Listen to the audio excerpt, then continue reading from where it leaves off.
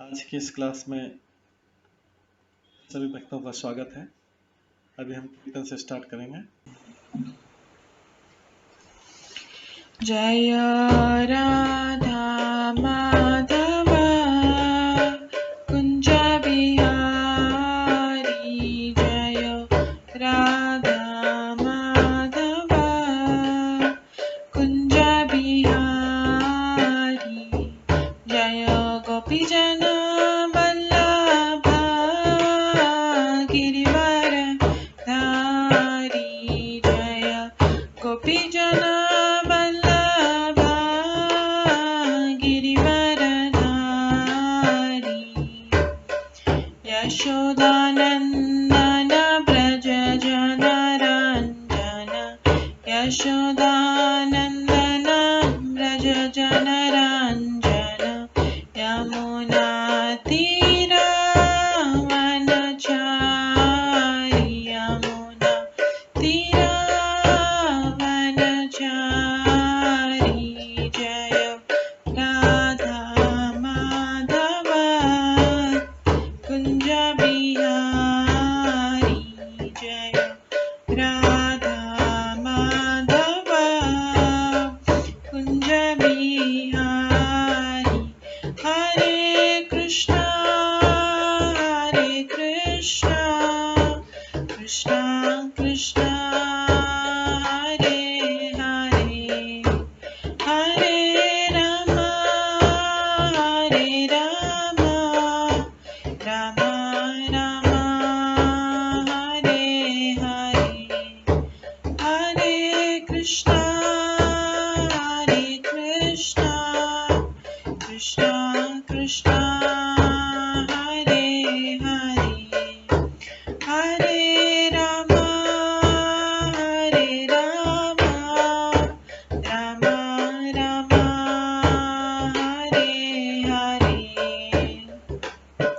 हरे कृष्णा कृष्णा कृष्णा हरे हरे, हरे राम राम राम हरे हरे, हरे कृष्णा कृष्णा कृष्णा हरे हरे, हरे राम राम राम हरे हरे, हरे कृष्णा कृष्णा कृष्णा हरे हरे, हरे राम राम राम हरे हरे, हरे कृष्णा कृष्णा कृष्णा हरे हरे, हरे राम राम राम हरे हरे, हरे कृष्णा कृष्णा कृष्णा हरे हरे, हरे राम राम राम हरे हरे, जय राधा माधव राधे, जय राधा गोविंद राधे, जय गौरनिताय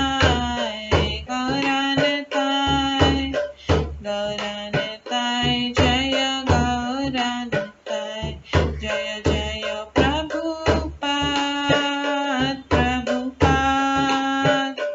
प्रभुपाद जय जय प्रभुपाद, जय जय गुरुदेव जय जय गुरुदेव, नित्य गौर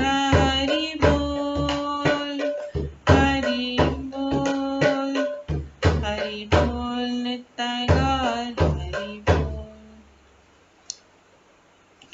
गौर प्रेमानंदे हरि हरि बोल। हरे कृष्णा। आज की इस क्लास में सभी भक्तों का स्वागत है। अभी मंगलाचरण से स्टार्ट करेंगे। ॐ अज्ञानतिमिरन्धस्य ज्ञानाञ्जनशलाकया चक्षुरुन्मिलितं येन तस्मै श्रीगुरुवे नमः। श्रीचैतन्यमनोभीष्टं स्थापितं येन भूतले स्वयं रूप कदा मह्यं ददाति स्वपदान्तिकम्। वन्देऽहं श्रीगुरो श्रीयुतपदकमलं श्रीगुरुं वैष्णवांश्च श्रीरूपं साग्रजातं सहगण रघुनाथान्वितं तं सजीवं साद्वैतं सावधूतं परिजनसहितं कृष्णचैतन्यदेवं श्रीराधाकृष्णपादान् सहगण ललिता श्रीविशाखान्वितांश्च नमो विष्णुपदाय कृष्णपृष्ठाय भूतले श्रीमते भक्तिवेदान्त स्वामिन्निति नामिने। नमस्ते सरस्वती देवे गौरवाणी प्रचारिणे निर्विशेष शून्यवादी पाश्चात्य देशतारिणे। वाञ्छाकल्पतरुभ्यश्च कृपा सिन्धुभ्येव च पतितानां पावनेभ्यो वैष्णवेभ्यो नमो नमः। जय श्री कृष्ण चैतन्य प्रभु नित्यानंद श्री अद्वैत गदाधर शिवासादि गौर भक्तवृंद। हरे कृष्णा कृष्णा कृष्णा हरे हरे, हरे राम राम राम हरे हरे। ओम नमो भगवते वासुदेवाय। ओम नमो भगवते वासुदेवाय। ओम नमो भगवते वासुदेवाय। नारायणं नमस्कृत्य नरं चैव नरोत्तमं देवीं सरस्वतीं व्यासं ततो जयमुदीरये। नष्टप्रायेषु भद्रेषु नित्यं भागवत सेवया भगवते उत्तम श्लोके भक्तिर्भवति नैष्ठिकी। कृष्णाय वासुदेवाय देवकी नंदनाय च नन्दगोपकुमाराय गोविन्दाय नमो नमः।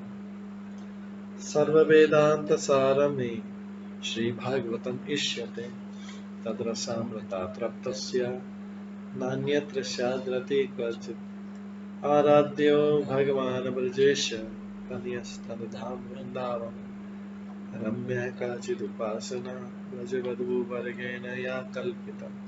श्रीमद्भागवतं प्रमाणम् अमलं प्रेम कुमार्थमः श्रीचैतन्य महाप्रभुमतम् इदं तत्रादरो न परम्।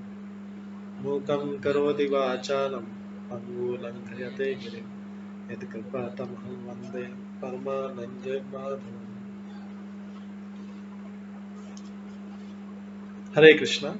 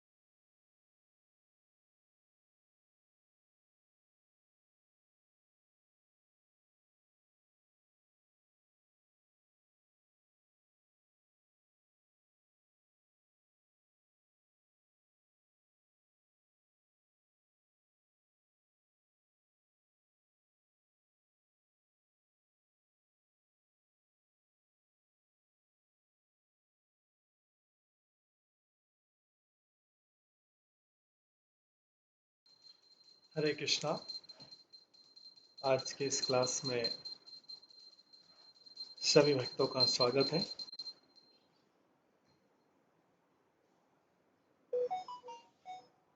कल हम श्रवण कर रहे थे श्रीमद् भागवतम के तीसरे स्कंद के 9वें अध्याय सृजन शक्ति के लिए ब्रह्मा द्वारा स्तुति। ब्रह्मा जी इस सृष्टि की रचना से पहले शक्ति प्राप्त करने के लिए भगवान की स्तुति करते हैं। स्तुति में ब्रह्मा जी भगवान से कहते हैं, हे प्रभु, वे व्यक्ति जो आपके दिव्य कार्यकलापों के विषय में सर्व मंगलकारी कीर्तन तथा श्रवण करने से वंचित हैं, निश्चित रूप से वे अभागे हैं। तो संसार में भाग्यशाली कौन है? भाग्यशाली वे हैं जिन्हें भगवान की कथा का कीर्तन और श्रवण करने को मिल रहा है। अलग अलग लोग भाग्य की अलग अलग तरीके से प्रशंसा करते हैं। कोई व्यक्ति बोलता है कि धन हो तो भाग्यशाली है। कोई व्यक्ति बोलता है किसी का बिना परिश्रम के काम हो जाए तो भाग्यशाली है, कितना लकी है। कोई व्यक्ति बोलता है किसी का हेल्थ अच्छा है तो कितना लकी है। कोई व्यक्ति बोलता है किसी का विवाह समय पे हो गया तो कितना लकी है, कितना सौभाग्यशाली। कोई व्यक्ति बोलता है कोई कितना सुंदर है तो भाग्यशाली है।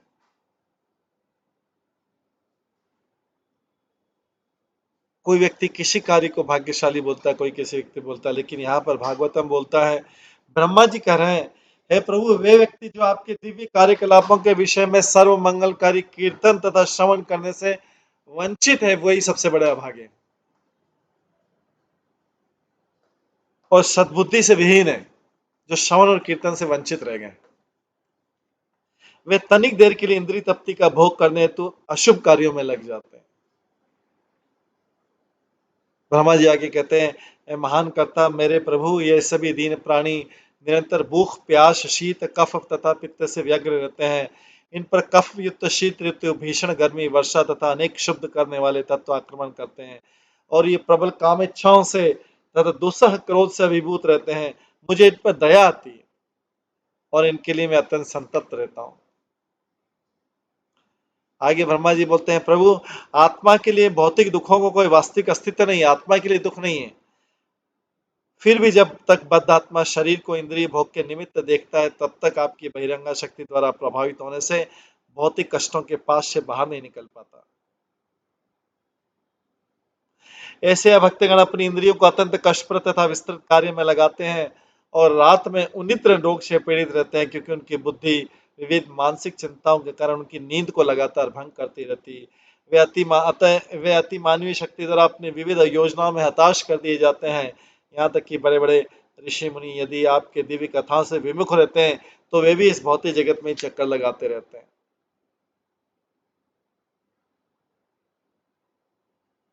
श्लोक में ये भी कहा गया, विशेष रूप उल्लेख कि वे ऋषि भी जो भगवान की भक्ति के सिद्धांत से विमुख रहते हैं, भौतिक जगत के अंतर्गत बंधन भोगने के लिए विवश हो जाते हैं। न केवल इस युग में अपितु उसके पूर्व भी ऐसे अनेक ऋषि हुए हैं जिन्होंने परमेश्वर की भक्ति का संदर्भ किए बिना अपना धर्म प्राणियों का आविष्कार करने का विषय किया है। वे निर्विशेषवादी जो आत्म मोक्ष के लिए तपस्या करने में काफी कष्ट उठाते हैं, भले वे निर्विशेष ब्रह्म ज्योति तक पहुंच लें, किंतु अंततः भक्ति में स्थित न होने से पुनः भौतिक जगत में आ गिरते हैं और पुनः भव बंधन को भोगते हैं। उसकी पुष्टि इस प्रकार होती है, ये अन्ये अरुन्दाक्ष विमुक्त मानिन स्तव्यस्तभावाद् विशुद्ध बुद्ध्या आरुह्य कृच्छेण परम पदम ततः पत्यन्तो नादतयोष्मदं। वे व्यक्ति जो भगवान की भक्ति के बिना ही मुक्त होने के झूठे बहकावे में रहते हैं,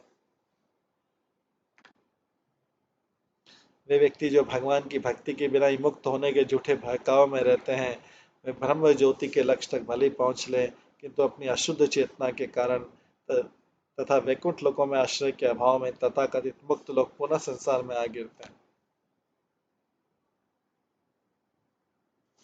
तो कोई व्यक्ति अगर ब्रह्म ज्योति तक भी पहुंच जाए तो भी गिर सकता है अपनी अशुद्ध चेतना के कारण तथा वैकुंठ लोकों में आश्रय के अभाव के में तथाकथित मुक्त लोग पुनः भौतिक संसार में आ गिरते हैं।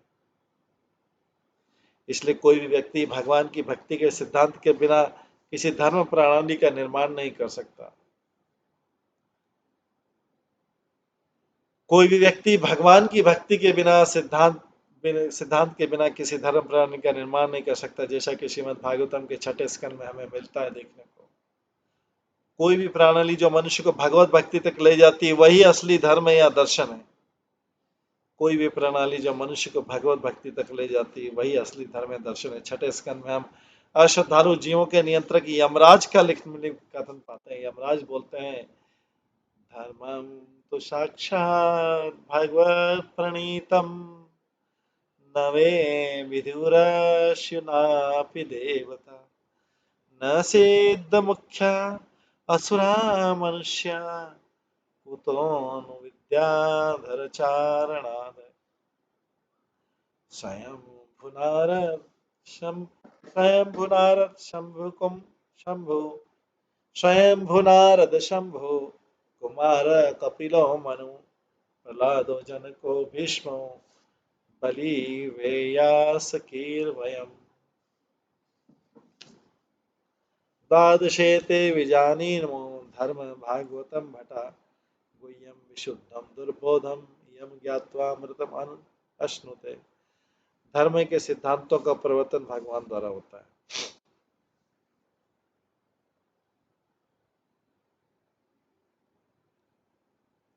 और ऋषियों तथा देवताओं सहित अन्य कोई भी ऐसे सिद्धांतों का निर्माण नहीं कर सकता, क्योंकि बड़े बड़े ऋषि तथा देवता तक धर्म के ऐसे सिद्धांतों का प्रवर्तन करने के अधिकारी नहीं होते हैं, तो अन्य के विषय में योगियों असुरों मनुष्यों तथा अन्य लोगों के निवासियों विद्याधरों चारणों के विषय में क्या कहा जा सकता।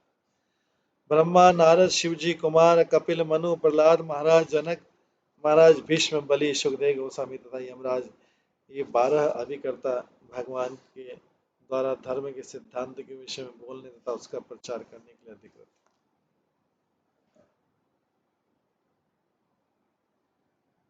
धर्म के सिद्धांत किसी सामान्य जीव के लिए खुले नहीं होते हैं।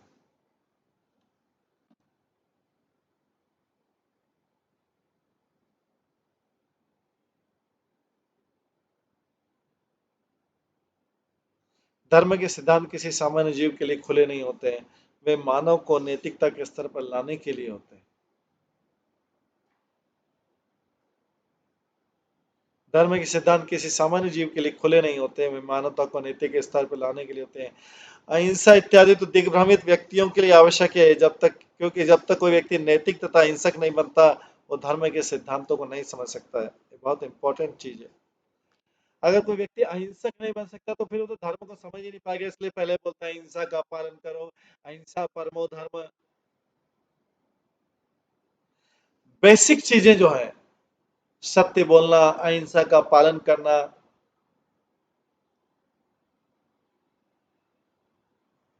चीटिंग नहीं करना, ये बेसिक चीजें हैं।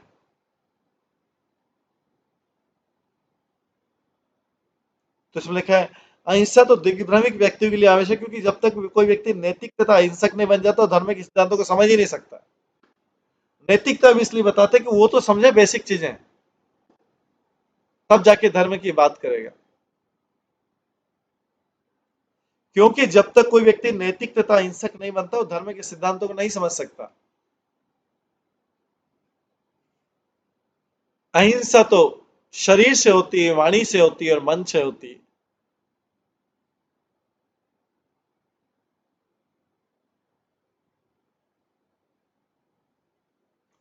वास्तव में धर्म क्या उसे समझ पाना उस व्यक्ति के लिए भी अत्यंत कठिन होता है जो नैतिक तथा अहिंसा के सिद्धांतों का प्राप्त होता है, उससे भी ज्यादा कठिन है होता है समझना।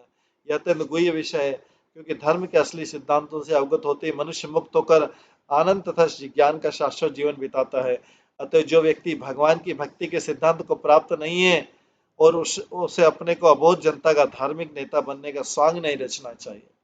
ईशोपनिषद ने निम्नलिखित मंत्र में इस बकवास का बलपूर्वक निषेध किया है। अंधम तमः प्रविशन्ति ये असंभूति उपासते ततो भूयैव ते तमो यम उ संभुत्याम रता। अतः धर्म के नाम पर भक्ति के असली सिद्धांतों का संदर्भ दिए बिना जो अन्य लोगों को गुमराह बनाता है, उस व्यक्ति से श्रेष्ठ धर्म के सिद्धांतों से अनजान व्यक्ति, जो धर्म के मामले में कुछ नहीं करता।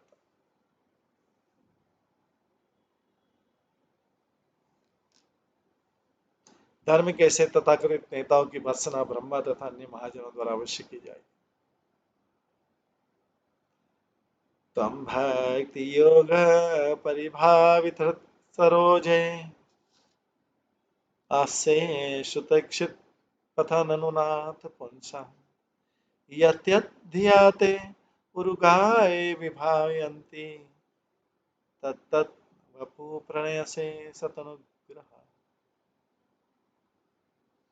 हे प्रभु, आपके भक्तगण प्रामाणिक श्रवण विधि द्वारा कानों के माध्यम से आपको देख सकते हैं और इस तरह उनके हृदय विमल हो जाते हैं तथा आप वहां पर स्थान ग्रहण कर लेते हैं।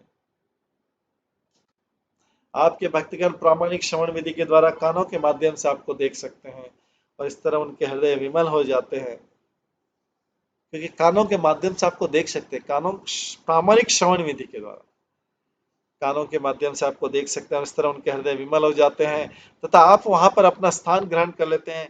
आप अपने भक्तों पर इतने दयालु हैं कि आप अपने को उस आध्यात्म के विशेष नित्य रूप में प्रकट करते हैं जिसमें सदैव आपका चिंतन करते हैं। तात्पर्य यहाँ पर एक कथन है कि भगवान उस रूप में भक्त के समक्ष प्रकट होते हैं जिस रूप में वो उनकी पूजा करना चाहते हैं। भगवान उसी रूप में प्रकट हो जाते हैं जिस रूप में वो उनकी पूजा करना चाहते हैं। संकेत करता है कि भगवान भक्त की इच्छा के अधीन हो जाते हैं, इतने अधिक कि वे भक्त की मांग के अनुसार अपना विशिष्ट रूप प्रकट करते हैं। भक्त बोला मेरे को इस रूप में आपके दर्शन करने, तो भगवान वैसे रूप में आ जाते हैं। भगवान भक्त की इस मांग को पूरा करते हैं क्योंकि वे भक्त की दिव्य प्रेम पूर्ण सेवा के अनुसार लचीले होते हैं। ये था माम प्रपद्यन्ते ताम सतैव भजामि हम। तो हमें ध्यान रखना चाहिए कि भगवान कभी भक्त के आदेशवाहक नहीं होते। इस श्लोक में इसका विशेष उल्लेख है। तम भक्ति योग परिभावित, यह उस दक्षता का सूचक है जो भगवान की परिपक्व प्रेमा भक्ति संपन्न करने से प्राप्त की जा सकती है। यह प्रेमावस्था श्रद्धा से प्रेम की क्रमशः विकास अवस्था द्वारा प्राप्त की जा सकती है। श्रद्धा से मनुष्य प्रामाणिक भक्तों की संगति करता है।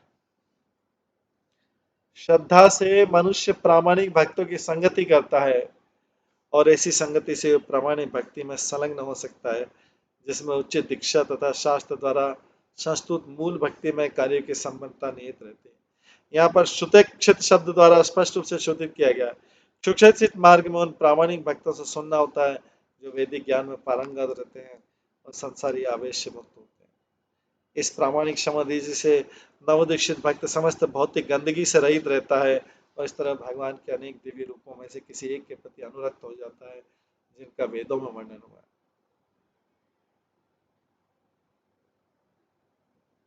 भगवान के किसी विशेष रूप से के प्रति भक्ति की आसक्ति स्वाभाविक प्रकृति के कारण होती है।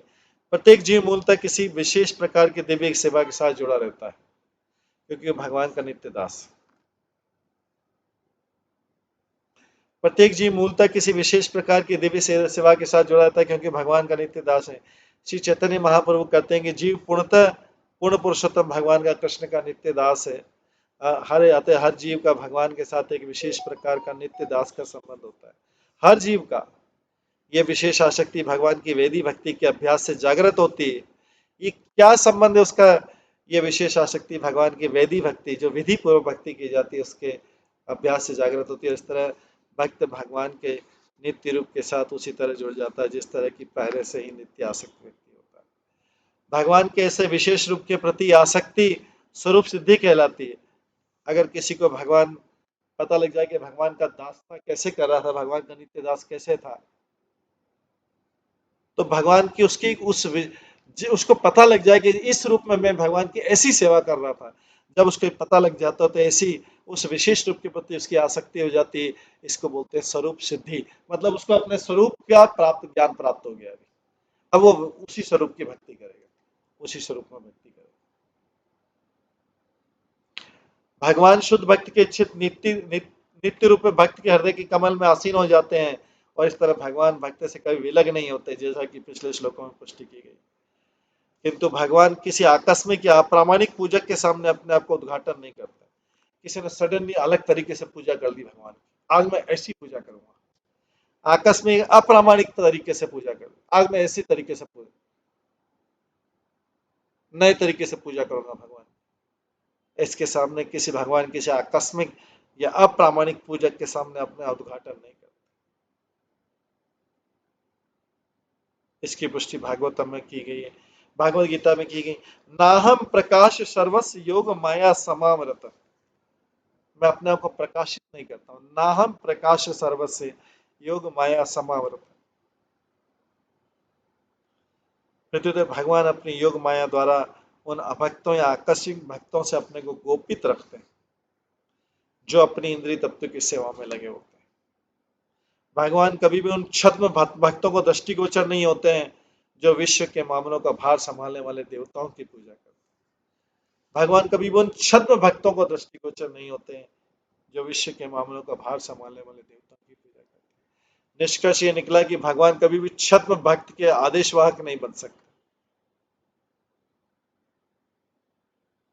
कभी भी चीटिंग करने वाले भक्त के आदेशवाहक नहीं बन सकते। भगवान कंट्रोल में आते हैं, लेकिन जिसकी हृदय साफ नहीं है, हृदय जिसका सरल नहीं है, भगवान उसके आदेशवाहक नहीं बनते, उसके नियंत्रण में नहीं आते। अपितु वे शुद्ध अबद्ध, जो शुद्ध अबद्ध भक्त की इच्छाओं को पूरा करने के लिए सदैव तैयार रहते हैं, जो समस्त प्रकार के भौतिक दूषण से शहीद रहता है। तो यहाँ पे क्लियरली बताया भगवान किसकी इच्छाओं को पूरा करने के लिए तैयार रहते हैं। शुद्ध अबद्ध भक्त, जो बंधा हुआ नहीं है यहाँ की भौतिक आसक्ति से, ऐसे शुद्ध भक्त व्यक्ति की इच्छाओं को पूरा करने के लिए सदैव तैयार रहते हैं, जो समस्त प्रकार के भौतिक दूषण सहित रहता है। कभी भी छद्म भक्त के, छद्म मतलब धोखा देने वाला कपटी भक्त, भगवान कभी छद्म भक्त के आदेश वाक्य नहीं मानते, उसकी बात नहीं मानते, उसका आदेश नहीं मानते।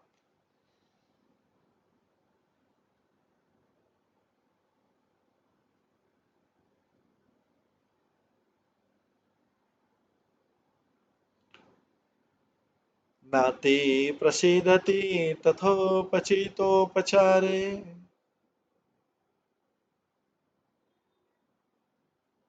राराधित सुर गणे हृदिबद्ध कामे, यत सर्वभूत दया सत्लभ्य एक नाना जनेषु अवहित सुरत अंतात्मा।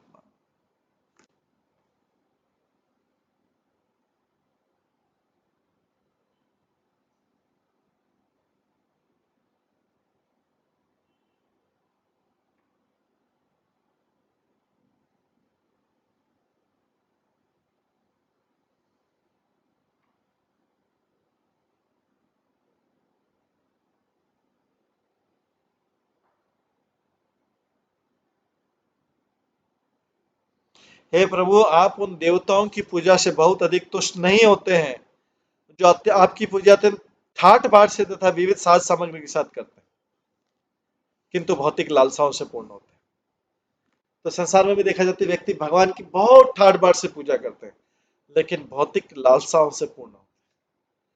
तो यहाँ पे के लिए लिखा, आप उन देवताओं की पूजा से बहुत अधिक तुष्ट नहीं होते हैं जो आपकी पूजा अत्यंत ठाट बाट से तथा विविध साज सामग्री के साथ करते हैं, किंतु भौतिक लालसाओं से पूर्ण होते हैं। आप तो हर एक के हृदय में अपने परमात्मा के रूप में अहेतु की कृपा दर्शाने के लिए स्थित रहते हैं। आप नित्य शुभ चिंतक हैं, किंतु आप अभक्तों के लिए अनुपलब्ध है, भक्तों के लिए उपलब्ध नहीं है, अभक्तों के लिए उपलब्ध नहीं है, नॉट अवेलेबल।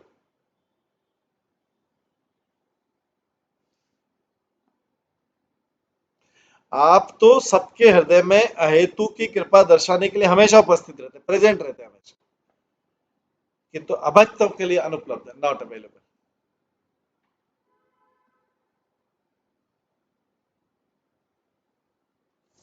तो भगवान तो ब्रह्मा जी बड़ी क्लियरली सारी चीजों का वर्णन करें इस स्तुति में। इस भौतिक जगत में जो सामान्य देखा जाता है चीजों को, वो सारी क्लियरली एक एक चीज को क्लैरिफाई कर रहे हैं। तात्पर्य, भौतिक मामलों के लिए नियुक्त प्रशासक देवलोक के देवता भी भगवान के भक्त हैं, किंतु इसी के साथ उनमें भौतिक ऐश्वर्य इंद्रिय तृप्ति की इच्छाएं हैं। देवता भक्त तो हैं लेकिन भौतिक ऐश्वर्य इंद्रिय तृप्ति की इच्छा है। भगवान इतने दयालु हैं कि उन्हें उनकी इच्छा से भी अधिक समस्त प्रकार का भौतिक सुख प्रदान करते हैं, किंतु तुष्ट नहीं रहते हैं। भगवान उनसे तुष्ट नहीं रहते हैं। भौतिक सुख दे देते हैं, भौतिक इच्छा पूरी करते हैं, लेकिन उससे संतुष्ट नहीं थे, क्योंकि वे शुद्ध भक्त नहीं है।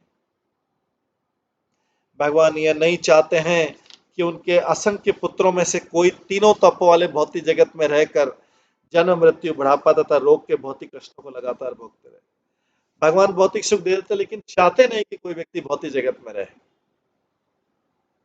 वो नहीं चाहते कि तीन तप वाले भौतिक जगत में जन्म मृत्यु बुढ़ापा तथा रोग के भौतिक कष्टों को लगातार भोगते रहे। तो फिर भगवान ने क्यों बनाया भौतिक जगत? उनके लिए जो बात ही नहीं मान रहे हैं। हम बोल रहे हमको यहीं रहना है। भगवान के नहीं चाहते भी ठीक है, तुम यहाँ रहो। स्वर्ग को लोक के देवता तथा इस लोक के अनेक भक्त में भौतिक जगत में भगवत भक्त बनकर भौतिक सुख का लाभ उठाना चाहते। बोले भगवान हम भक्ति कर लेंगे, यहीं पर रहने दो तो अच्छा है, यहीं रह के भक्ति कर लेंगे, जो कुछ भी हो रही थोड़ी बहुत हमसे हो रही वो कर लेंगे, आप हमारी चिंता मत करो। तीन तापों से कष्ट पाएंगे, बुढ़ापा होगा, ये इसकी आप चिंता मत करो, हम यहीं रह के थोड़ी बहुत भक्ति कर लेंगे, आप चिंता मत करो। आप अपने दूसरे शुद्ध भक्तों को देखो, हमें तो अभी आने की इच्छा नहीं है।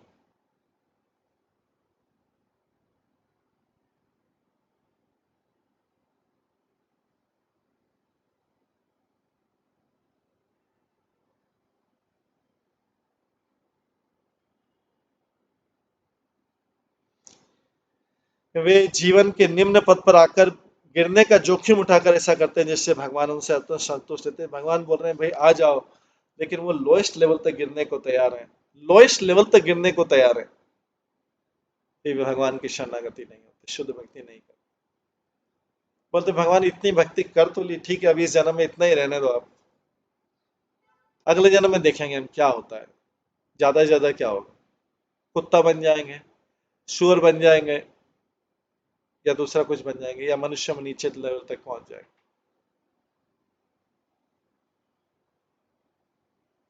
शुद्ध भक्त को न तो किसी भौतिक भोग की आकांक्षा रहती, न ही वे उनसे विमुख रहते हैं भगवान से। वे भगवान की इच्छाओं से अपनी इच्छाओं को जोड़ लेते हैं।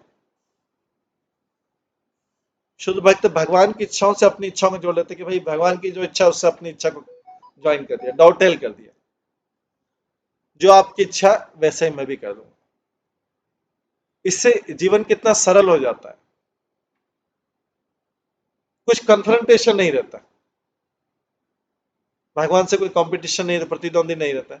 भगवान की जो इच्छा वही कर ले, चलो ठीक है, इजी इजी काम, बाकी भगवान देख लेंगे फिर।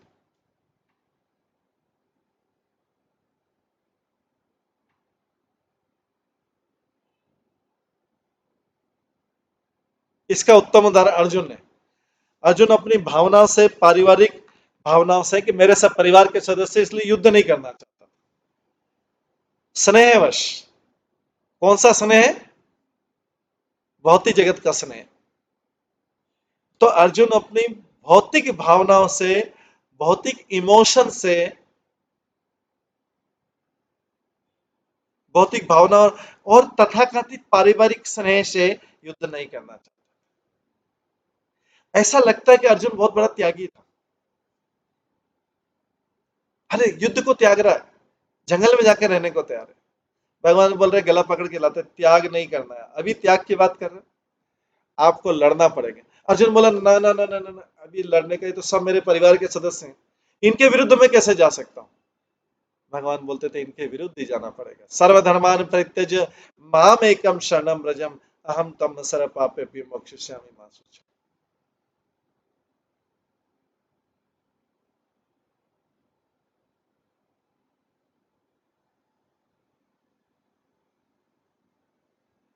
किंतु श्रीमद् भागवत ज्ञान सुनने के बाद उसने भगवान की इच्छा के लिए लड़ना स्वीकार किया। ये शुद्ध भक्ति की, भगवान की इच्छाओं का अनुसार अपनी इच्छा बनाना। अतः भगवान शुद्ध भक्तों से अत्यधिक संतुष्ट रहते हैं, क्योंकि वे अपनी इंद्रिय तृप्ति के कर्म न करके मात्र भगवान की इच्छा के अनुसार कर्म करते हैं, अपने लिए कुछ करते ही नहीं। अतः हर व्यक्ति को परमात्मा रूप में वे हर एक के देह में सदैव स्थित रहते हैं और हर एक को अच्छी सलाह से लाभ उठाने का अवसर प्रदान करते हैं। अतः हर व्यक्ति को चाहिए कि इस अवसर का लाभ उठाते हुए पूर्ण मन योग से केवल उन्हीं की दिव्य प्रेमा भक्ति करें।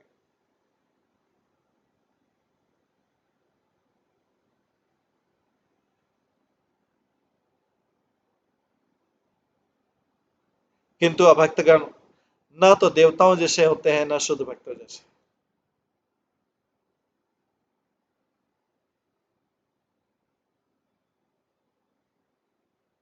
अपितु वे भगवान के साथ दिव्य संबंध बनाने से विमुख रहते हैं।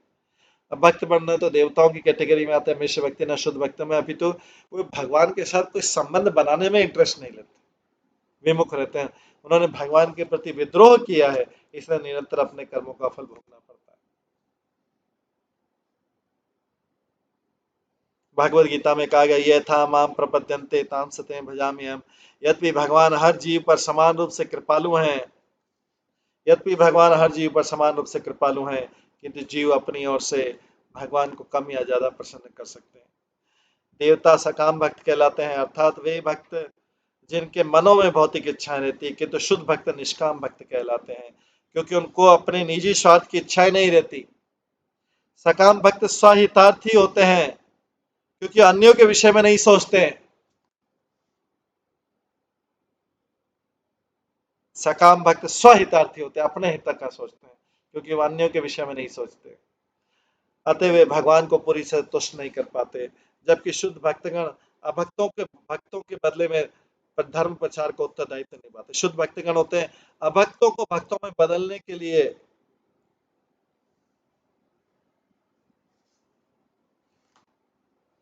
धर्म प्रचार का उत्तरदायित्व, वो रिस्पॉन्सिबिलिटी लेते हैं कि हम अभक्तों को भक्त बनाने का आपकी कृपा से प्रयास करेंगे। अतः वे भगवान को देवताओं की अपेक्षा अधिक तुष्ट कर पाते हैं। भगवान अभक्ति को ध्यान भी नहीं देते,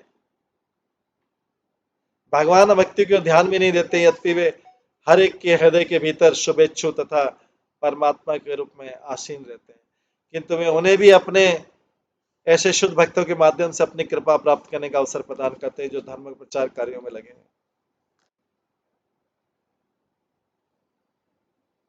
कभी कभी भगवान स्वयं ही धर्म प्रचार के कार्यों के लिए अवतरित होते हैं, जैसा कि चैतन्य महाप्रभु के रूप में किया गया था। किंतु अधिकांशतः वे अपने प्रामाणिक प्रतिनिधियों को भेजते हैं ज्यादातर, और इस तरह वे अभक्तों के प्रति अहेतु की कृपा प्रदर्शित करते हैं। भगवान अपने शुद्ध भक्तों से इतने तुष्ट रहते हैं कि वे उन्हें धर्म की प्रचार की सफलता का श्रेय देना चाहते हैं। कोई भगवान के धर्म का थोड़ा सा भी प्रचार कर ले, भगवान उसको कितना क्रेडिट देते हैं, कितना श्रेय देते हैं, कितना श्रेय दे देते हैं।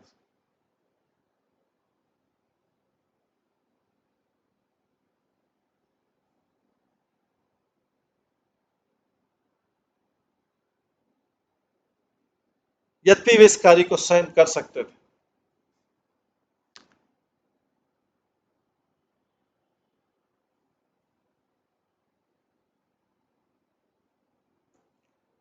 सकाम भक्तों की तुलना में अपने शुद्ध निष्काम भक्तों के साथ उनकी तुष्टि के ये संकेत है। भगवान ऐसे दिव्य कार्यों के साथ ही पक्षपात के आरोप से मुक्त रहते हुए अपने भक्तों के साथ प्रसन्नता प्रकट करते हैं।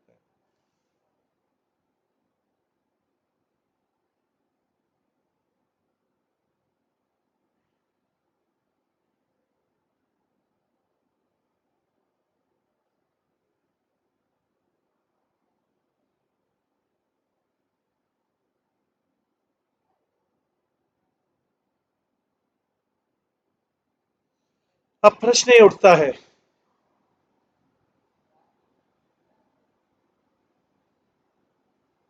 यदि भगवान अभक्तों के हृदय में भी आसीन रहते, फिर भक्त बनने के लिए प्रेरित क्यों नहीं करते? उसका उत्तर है कि डीठ अभक्त उस बंजर उसर खेत की तरह, जहाँ कोई भी कृषि कार्य सफल नहीं हो सकता।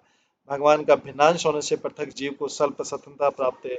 इस स्वल्प स्वतंत्रता का दुरुपयोग करके अभक्तगण भगवान तथा धर्म प्रचार के कार्य में लगे उनके शुद्ध भक्त दोनों के प्रति अपराध करते जाते हैं। ऐसे कार्यों के परिणाम स्वरूप वे उसर खेत की तरह बंजर बन जाते हैं, जिसमें उत्पादन करने की कोई शक्ति नहीं रहती।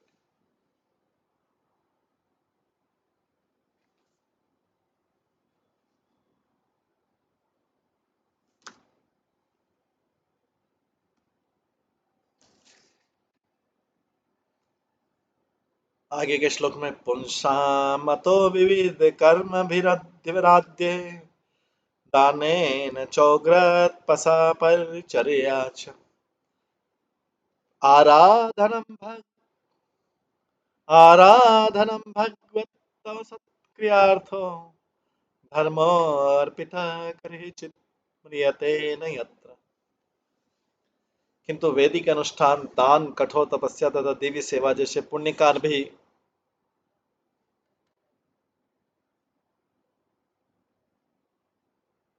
वैदिक अनुष्ठान दान कठोर तपस्या तथा दिव्य सेवा जैसे पुण्य कार्य भी जो लोगों द्वारा सकाम फलों को आपको अर्पित करके आपकी पूजा करने तथा आपको तुष्ट करने के उद्देश्य किए जाते हैं लाभप्रद होते हैं। धर्म के ऐसे कार्य व्यर्थ नहीं जाते हैं। वैदिक अनुष्ठान दान कठोर तपस्या देवी सेवा जैसे पुण्य कार्य भी जो लोगों द्वारा सकाम फलों को आपको अर्पित करके आपकी पूजा करने तथा आपका तुष्ट उद्देश्य करने के उद्देश्य किए जाते हैं।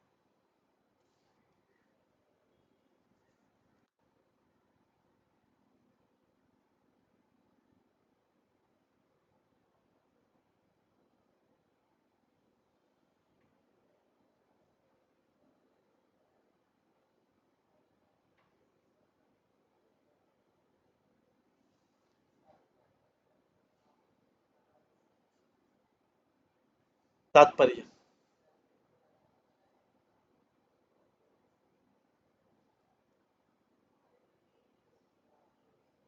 परम भक्ति जो नौ भी विभिन्न आध्यात्मिक कार्य जैसे श्रवण कीर्तन स्मरण अर्चना वंदन इत्यादि द्वारा संपन्न किए जाते हैं तड़क भड़क स्वभाव के लोगों को सदैव अच्छी नहीं लगती।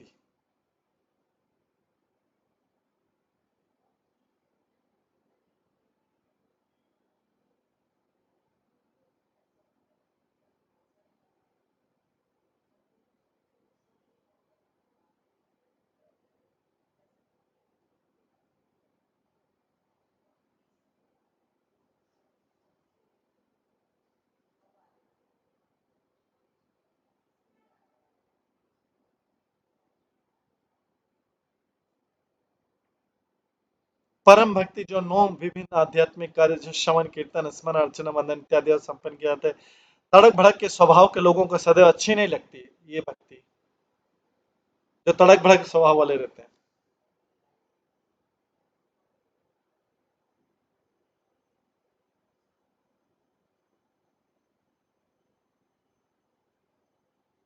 वे तो वैदिक बाह्य अनुष्ठानों तथा सामाजिक धार्मिक दिखावे के दूसरे खर्चीले प्रदर्शनों से अधिक आकृष्ट होते हैं।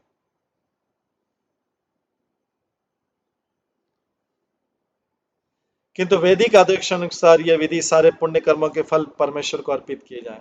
भगवत गीता में भगवान ये मांग करते हैं कि मनुष्य दैनिक कार्यों में जो करे। भागवत गीता के 9वें अध्याय के 27 श्लोक में भगवान कहते हैं यत करोसि यत अश्नासि यत तुरोसि दासी यत तपस्यसि कौन्तेय सदा तत्मा भावित।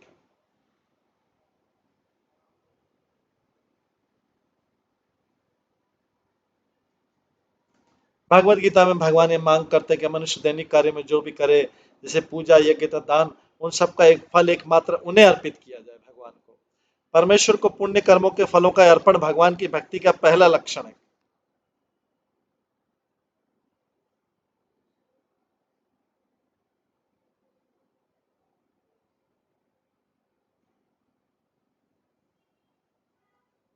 परमेश्वर को पुण्य कर्मों के फलों का यह अर्पण भगवान की भक्ति का एक लक्षण है जिसका स्थायी महत्व होता है जबकि अपने लिए उन फलों का भोग केवल क्षणिक ही होता है।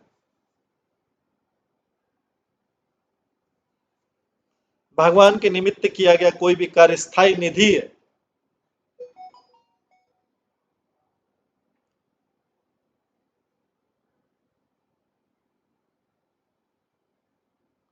भगवान के निमित्त किया गया कोई भी कार्य स्थायी निधि है और यह भगवान की शुद्ध भक्ति तक क्रमशः उन्नति के लिए अदृश्य पुण्य के रूप में संचित होती है। यह अलक्षित पुण्य कर्म एक न एक दिन परमेश्वर की कृपा से पूर्ण भक्ति के रूप में प्रतिफलित होंगे। ये अलक्षित जो भी पुण्य कर्म दिखाई नहीं दे रहे हैं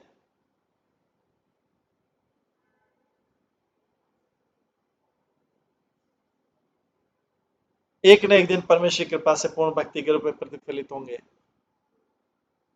अतः परमेश्वर के लिए निमित्त किए गए किसी भी पुण्य की कर्म की संस्तुति यहाँ पर उन लोगों के लिए की जाती है जो शुद्ध भक्त नहीं है।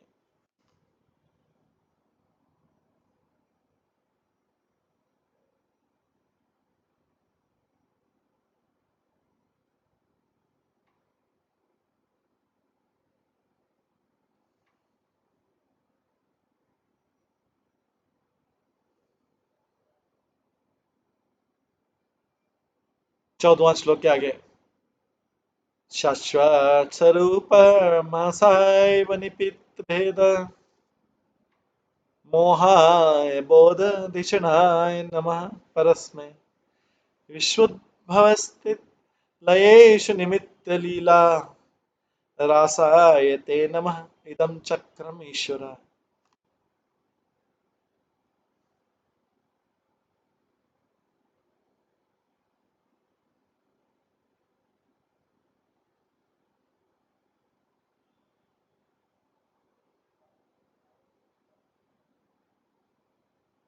मैं उन परब्रह्म को नमस्कार करता हूँ जो अपनी अंतरंगा शक्ति के द्वारा विशिष्ट शाश्वत विशिष्ट अवस्था में रहते हैं।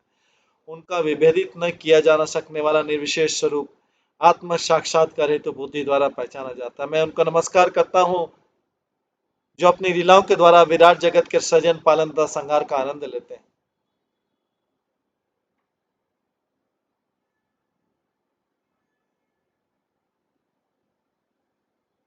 मैं उन परब्रह्म को नमस्कार करता हूँ जो अपनी अंतरंगा शक्ति के द्वारा शाश्वत विशिष्ट अवस्था में रहते हैं।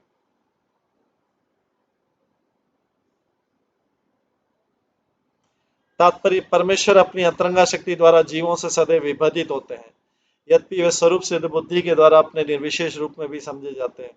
अतः भगवत भक्त भगवान के निर्विशेष रूप को सादर नमस्कार करते हैं। यहाँ पर रास शब्द महत्वपूर्ण है। रास नृत्य भगवान कृष्ण द्वारा गोपियों के संग में वृंदावन में संपन्न किया जाता है और गर्भदक्षा विष्णु भी अपनी उस बहिरंगा शक्ति के साथ रास के भोग में लगे रहते हैं, जिसके द्वारा वे संपूर्ण भौतिक जगत का सृजन पालन श्रृंगार करते हैं।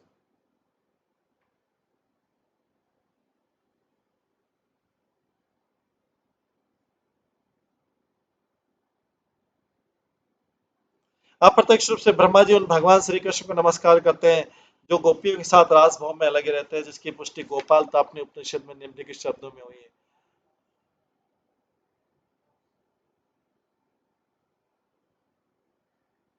परारधान्तो सबुदियत गोपवेशो में पुरुष पुरुषादित विभ्रम।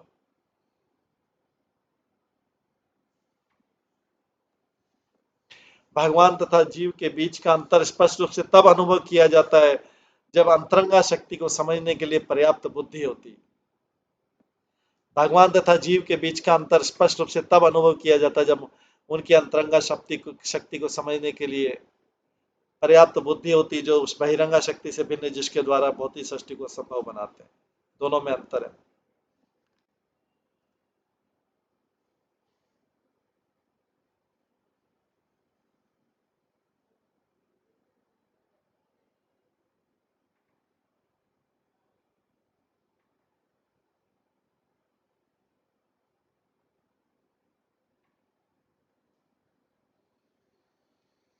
यस्यावतार गुणकर्म विडम्बनानि नामानि स्युविग्मे विवशा गृह्णन्ति ते अनेक जन्म शमलं ससेव हित्वा संयान्त्यपाव्रतामृतमजं प्रपद्ये।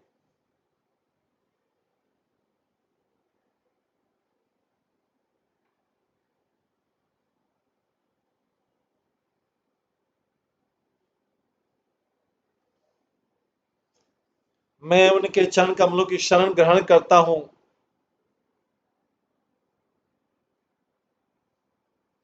मैं उनके चरण कमलों की शरण ग्रहण करता हूँ जिनके अवतार गुण तथा कर्म सांसारिक मामलों के रहस्य में अनुकरण।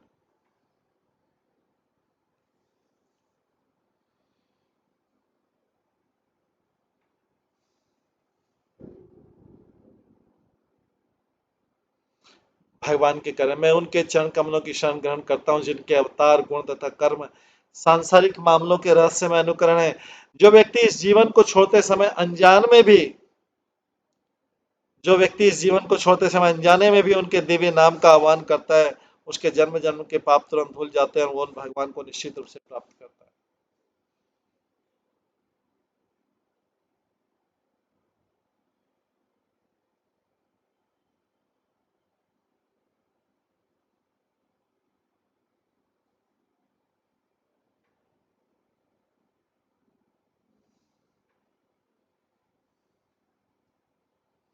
तात्पर्य भगवान के अवतारों के कार्यकलाप एक प्रकार से उन कार्यों के अनुकरण है जो भौतिक जगत में चलते रहते हैं।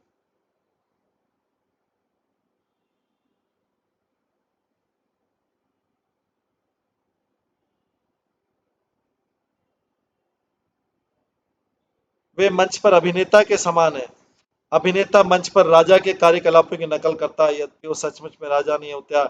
उसी तरह जब भगवान अवतरित होते हैं, तब वे ऐसी भूमिकाओं का अनुकरण करते हैं जिनसे उन्हें कुछ भी लेना देना नहीं होता। भागवत गीता के चौथे अध्याय के 14वें श्लोक में कहा गया, भगवान को उन कार्यों से कुछ भी लेना देना नहीं रहता जिनमें लगे प्रतीत होते हैं। न माम कर्माणि लिम्पन्ति न मे कर्म फलेस्परः।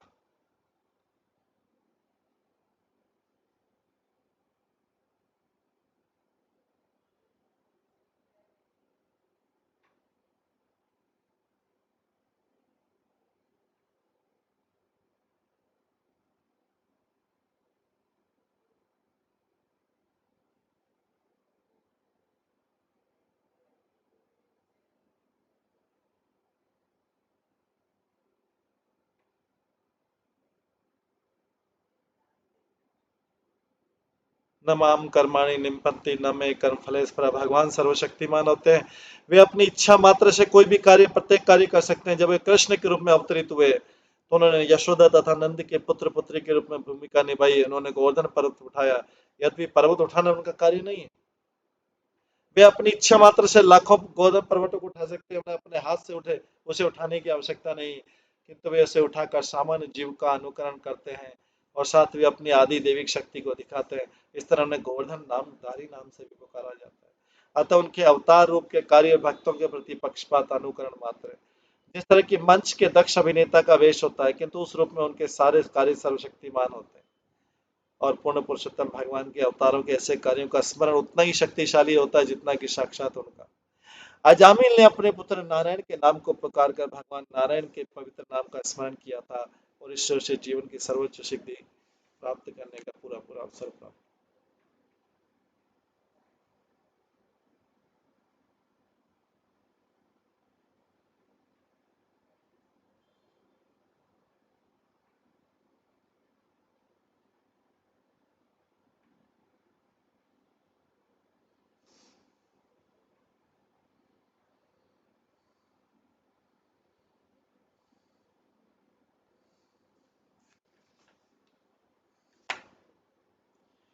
यो वां च गिरिश्च विभो स्वयं च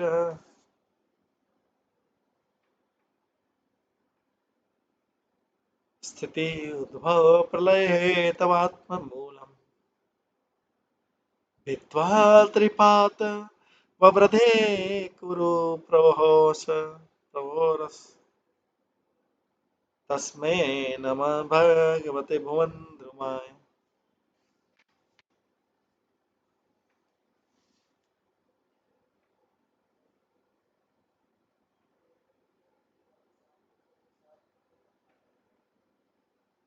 आप लोक रूपी वृक्ष की जड़ है। यह वृक्ष सर्वप्रथम भौतिक प्रकृति को तीन तनों के रूप में मुझ शिव तथा सर्वशक्तिमान आपके रूप में सृजन पालन संहार के भेद भेद कर निकला है और हम तीनों में से अनेक शाखा निकला। इसलिए हे विराट जगत रूपी वृक्ष मैं आपको नमस्कार करता हूँ। विराट जगत मोटे तौर पर तीन जगतों में उच्चतर निम्न तथा मध्य लोकों में विभाजित है मोटे तौर पर। और तब परम मूल रूप भगवान के प्राकट्य से विराट जगत 14 लोकों में फैल जाता है। भौतिक प्रकृति जो विराट जगत का कारण प्रतीत होती है, केवल कारण तथा भगवान की शक्ति है। इसकी पुष्टि भगवद गीता में भगवान बोलते हैं, मयाध्यक्षेण प्रकृति सूयते सचराचरम। केवल भगवान के दीक्षण में भौतिक प्रकृति समस्त सृजन पालन तथा संहार का कारण प्रतीत होती है।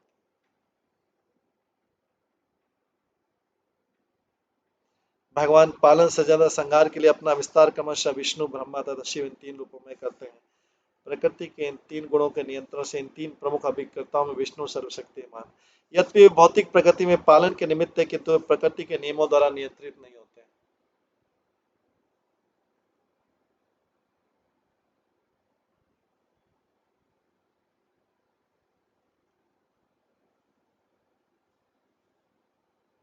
अन्य दो ब्रह्मा तथा शिव यद्यपि लगभग विष्णु जितने ही शक्तिशाली, किंतु वे भगवान की भौतिक शक्ति के अधीन होते हैं।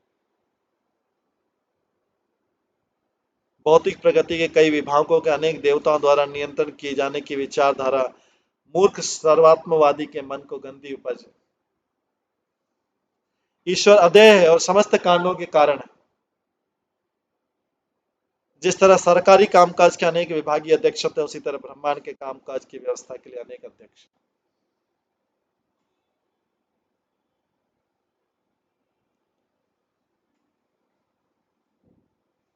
निर्विशेषवादी अल्प ज्ञान के कारण यथारूप वस्तुओं की स्वयं की व्यवस्था में विश्वास नहीं रखते, किंतु श्लोक में स्पष्ट बताया गया कि हर वस्तु साकार है, वह निराकार या निर्विशेष नहीं है। प्रस्तावना में हम पहले इस बात की व्याख्या कर चुके हैं, श्लोक की पुष्टि हुई है। भौतिक जगत रूपी वृक्ष का वर्णन भगवद गीता में उसे अश्वत्थ वृक्ष के रूप में हुआ है, जिसकी जड़ें ऊपर है।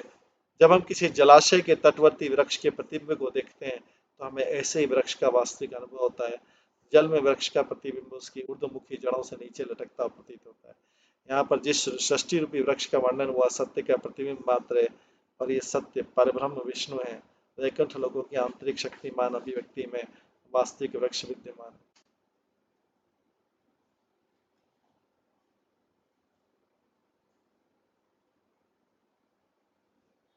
और भौतिक प्रकृति में प्रतिबिंब वृक्ष इसी वास्तविक वृक्ष का प्रतिबिंब है। निर्विशेषवादियों का इस सिद्धांत की ब्रह्म समस्त विविधता से शून्य तथा झूठा है।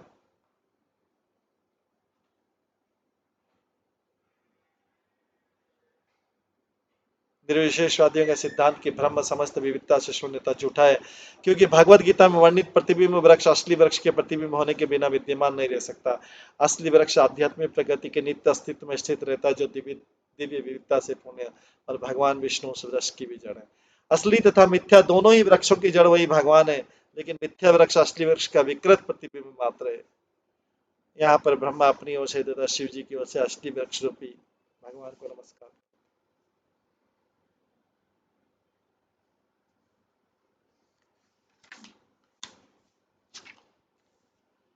लोकः विकर्म निरत्कुशले प्रमत्तः कर्मण्ययं तदुदिते भवदर्चने स्व यस्तावदस्य बलवान् हि जीविताशां सद्यश्छन्नत्य निमिषाय नमस्तु तस्मै। सामान्य लोग मूर्खतापूर्ण कार्यों में लगे रहते हैं। वे अपने मार्गदर्शन हेतु आपके द्वारा प्रत्यक्ष घोषित लाभप्रद कार्यों को अपने अपने में नहीं लगाते। जब तक उनकी मूर्खतापूर्ण कार्यों की प्रवृत्ति बलवती बनी रहती, तब तक जीवन संघर्ष में उनकी सारी योजनाएं छिन्न भिन्न होती रहेगी। अतः मैं उन्हें नमस्कार करता हूं, जो नित्य काल स्वरूप है। इस प्रकार से ब्रह्मा जी भगवान की स्तुति कर रहे हैं कि सामान्यतः लोग मूर्खतापूर्ण कार्यों में लगे रहते हैं। वे आपके द्वारा, आपके मार्गदर्शन तो आपके द्वारा प्रत्यक्ष घोषित लाभप्रद कार्यों में अपने को नहीं लगाते। जब तक उनकी मूर्खतापूर्ण कार्यों की प्रवृत्ति बलवती बनी रहेगी, तब तक जीवन संघर्ष में उनकी सारी योजनाएं छिन्न भिन्न होती रहेगी। अतः मैं उन्हें नमस्कार करता हूँ, ऐसे भगवान को जो नित्य काल से। इस प्रकार ब्रह्मा जी स्तुति कर रहे हैं। स्तुति का वर्णन और भी आगे है, लेकिन आज इसको हम यहीं पे विराम देते हैं।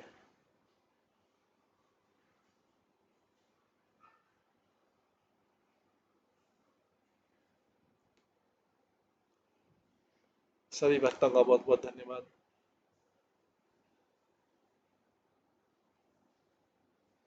ये बाकी सृजन शक्ति के लिए ब्रह्मा जी की स्तुति कल के क्लास में श्रवण करें। हरे कृष्णा। सभी भक्तों का बहुत बहुत धन्यवाद। सब भक्तों के लिए एक बार हरे कृष्ण महामंत्र का जप करते हैं। हरे कृष्णा कृष्णा कृष्णा हरे हरे, हरे राम राम राम हरे। श्रीमद् भागवतम महापुराण की जय। श्रील प्रभुपाद की जय। सभी भक्तगणों की जय।